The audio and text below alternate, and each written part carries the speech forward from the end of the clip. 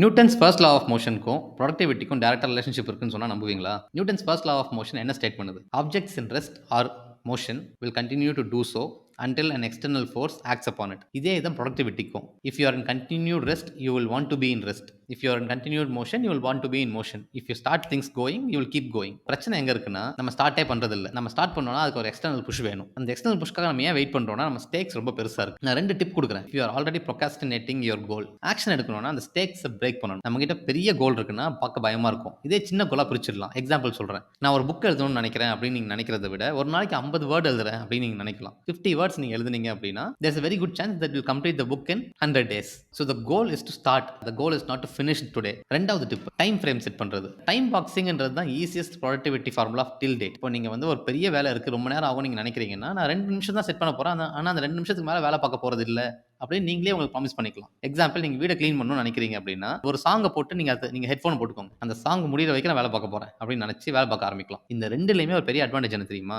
Since you are already in motion, you will want to be in motion. ஏன்னா அதுதான் லா சொல்லுது. நீங்க ஆரம்பிக்கிறது தான் கஷ்டப்படுறீங்க, முடிக்கிறதுக்கு இல்லை. நீங்க 50 வேர்ட் நீங்க எழுதணும்னு நினைக்கலாம், ஆனா நீங்க 200 வேர்ட் எழுதிருக்கலாம். 2 நிமிஷம் தான் வேலை பார்க்க போறேன்னு நீங்க நினைச்சிருக்கலாம், ஆனா 20 நிமிஷம் வேலை பார்த்திருப்பீங்க. ஏன்னா objects in motion will continue to be in motion.